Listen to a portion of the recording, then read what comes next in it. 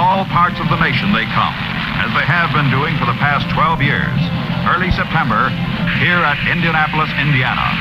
They're called the dragsters, and they devote their lives to a sport which sends them flashing down a quarter-mile track at better than 200 miles an hour to win a race that lasts just a handful of seconds.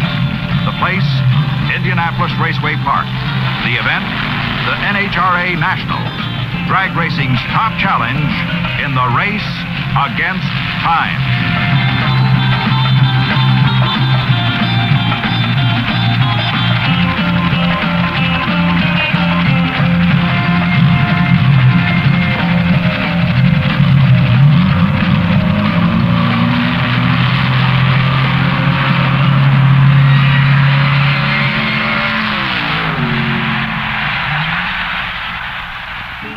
The Nationals is the World Series of drag racing, the Big Go, and hundreds of drivers will compete here in 89 class and eliminator categories. Out of 1,300 participants from Maine to Hawaii, just 89 winners. Tough odds. Here are engineers, mechanics, businessmen, eager youngsters, actors, lawyers, you name it, with one thing in common: the event they've been preparing for all year. Each of them has spent every moment he could spare, and probably every dime he couldn't spare, to reach this goal. When a car is torqued, tuned, tested, and adjusted, there is still always something that can be checked and rechecked and polished.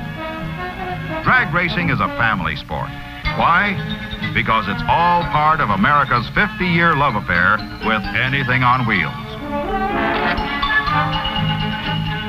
A romance that will never end as long as people search for a faster, better, safer way to get around.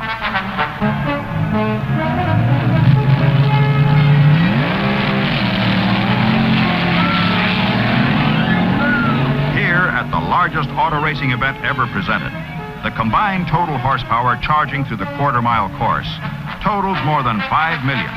That's a lot of horses, and it took a lot to get here. Amateur, semi-pro, or professional racer, all have a tremendous investment in their equipment of time and money, now put to the test of the toughest proving ground anywhere. This all-out strain on engine performance to run smoother, longer, demands STP oil treatment, so the motor oil won't break down under heat and pressure. Super hot or strictly stock drivers protect their investment with the finest lubrication known.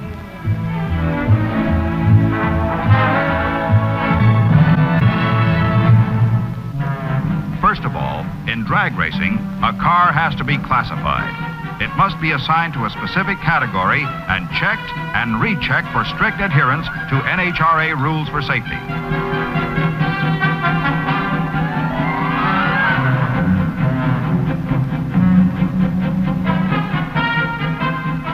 Before anyone can run on the track, NHRA trouble checkers poke and pick over the tremendous list of entries. When the gate was shut, 100 cars failed to make the program, enough to provide a reasonable weekend drag show most anywhere else. The Nationals is not only the biggest, but sets the standards of all other leading drag meets.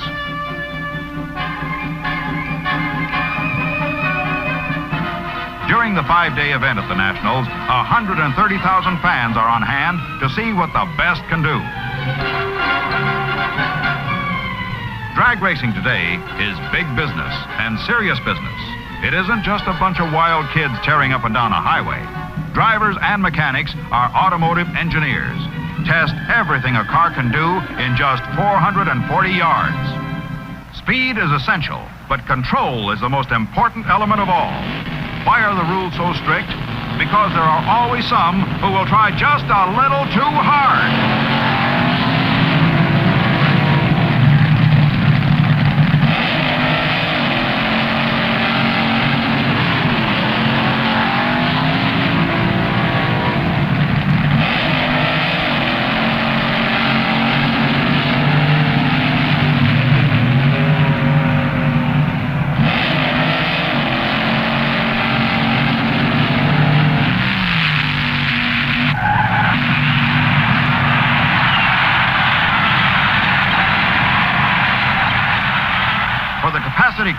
it's a chance to cheer American automotive ingenuity on parade. A chance to get a close look at mechanics' wizardry and driver skill. All to the sound of ear-splitting sensation. This quarter-mile strip challenges everything a car can do in thousandths of a second. The word is go, go, go! In one day alone, the starter button at the head of the road was punched almost 2,400 times.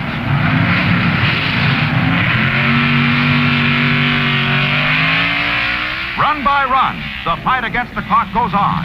If you can't qualify, get beat, or foul out, you can pack up and go home. For those who stay in the fight, the goal is the same. To cover the quarter mile in the quickest possible time, called ET, or elapsed time, at the fastest possible speed, called top speed. The competition ranges all the way from production stocks, the kind that you and I drive, to the most exotic combinations of engines, bodies, chassis, and running gear that ingenuity can design.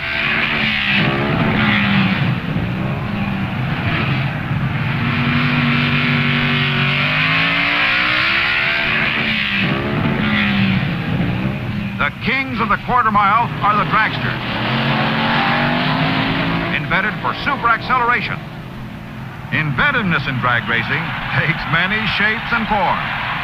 The big go means a big stop, and many of the hot or competition cars depend on parachutes to slow them down. After the quarter-mile run, there's only 3/4 of a mile to get back down to earth. After that, you're on your own in the Indiana countryside. At the end of 4 preliminary days of steady, hard racing, there were the happy ones and the unhappy one.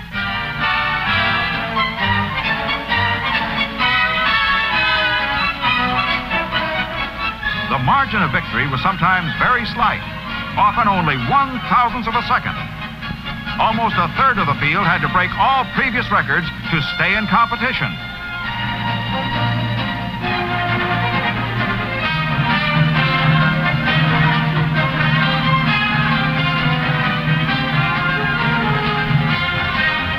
For those who survived the runoffs and bumping and made their way to victory lane to pick up their class trophies, it was a tremendous achievement for car builder, driver, and equipment.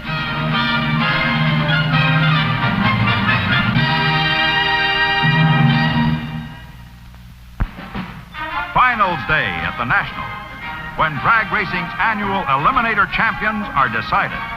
The stake, more than $100,000 in cash and merchandise awards, and the glory of being the best in the world. Again, fans jam spectator areas to see the top stock, top fuel, and 5 other Eliminator champions crowned. Before we get into the competition, Group Teller of Santa Monica, California is going to take a solo speed dash, trying for the top speed of the meet in the gas-burning dragster. This is not competition, but a speed dash. He's trying for the best elapsed time and the high speed in the gas burner.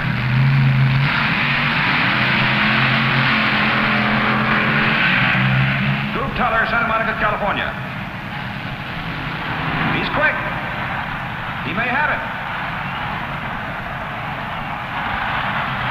The freight train. 2 Chevrolet engines flashing at 193.54 miles an hour. That is the top speed of the meet. After Roy Goob Tuller's exciting run, the crowd settles back for the competition eliminator semifinal. The competition with the competition eliminator. The fuel-injected, non-fendered cars in this bracket are the end of the line for production bodies. The hot rodder is free to develop and test any new ideas in chassis and equipment, providing they meet rigid safety regulations. At the starting line, we'll set them. Gene Snow, Fort Worth, Texas. The rambunctious, a 65 Dodge Dart.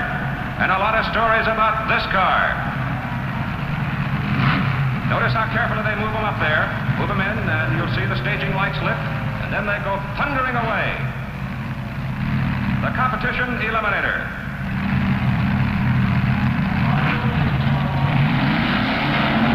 Bill Lawton in the Mustang, squirreled a little bit coming off the starting line in the competition eliminator semifinal. The rambunctious with Gene Snow, Fort Worth, Texas, is the winner. Back to the trailer for Bill Lawton, as Gene Snow waits out the other semifinal run. Dr. Pete Orner, a PhD in mechanical engineering, moving up in his altered roadster. His own fuel injection engine here, a Chevrolet base, burns gas. Greg Gibson coming up in a Chevy-powered rail. A foul call on Pete Orner. So the Greg Gibson Chevy-powered rail is the winner. It'll be Gene Snow and Greg Gibson in the competition eliminator final. It looks as if records are going to fall today. Here is Steve Evans of NHRA. Our top speed of the event thus far is 218 miles per hour, and that's turned in just 7.31 seconds over a standing quarter mile. And actually, we're not really into the fierce competition for the cash money, so we expect the speeds to go much higher. And now, the competition eliminator final. Competition eliminator, Gene Snow's rambunctious dart out of Fort Worth, Texas. The supercharged gas dragster, Greg Gibson, White Plains, New York. The dragster has the handicap advantage. The big question, can Gene Snow catch him? Yes, he can catch him. 9.04 seconds, 153 plus miles an hour. Next up, the junior stock finals.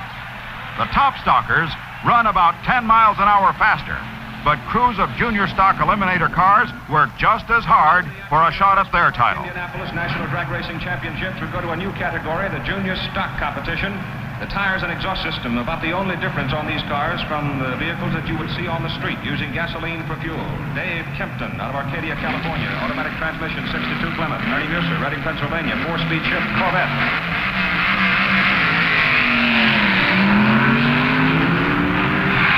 Flashing down, can he catch him? Close, so close. Let's take another look at this run and why electronic equipment, accurate to the millisecond, is a must in drag racing today.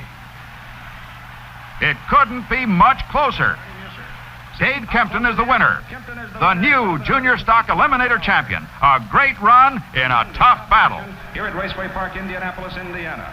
Next up, after a bit of clowning to ease the tension, the street eliminator semifinal.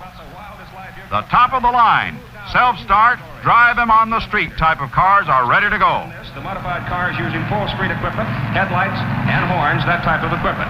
And now we move into the semifinals. Richard Moroso and Ronnie Hassel. Hassel driving the Anglia Coupe. The modified Corvette had the advantage of the handicap. It'll be close. And the Anglia Coupe could not catch him as Moroso and the Corvette won one semifinal round of the street eliminator. And now here is Joe Lunati from Memphis, Tennessee, driving a hybrid sports car. He's required to make the run solo just to keep the wear and tear equal on the vehicles. So in the finals, in the street eliminator, it'll be Joe Lunati of Memphis, Tennessee. And the pressure mounts. Nick Marshall, with a top speed so far of 218, is not satisfied. Well, we're going to try. We had to shut it off early yesterday. We lost the valley cover gasket and got sideways in the lights, so we'll be trying for 220 today or tomorrow. What goes through your mind when you're in trouble out there, Nick? Well, you're just pretty busy. You don't think too much. You're just trying to, survive and keep it straight. So there's not a whole lot you can do. Are you still making adjustments to find the answers? Well, we're going to kill a little bottom end horsepower. The car's got a little bit too much on the line. We're going to try to run a little faster on the other end. Otherwise, you're satisfied with it. Right, real satisfied. And now we go to the street eliminator finals. Joe Lunati, Memphis, Tennessee, in his hybrid sports car. Dick Moroso in his Corvette from Old Greenwich, Connecticut. Lunati's machine, that's some kind of creation, isn't it?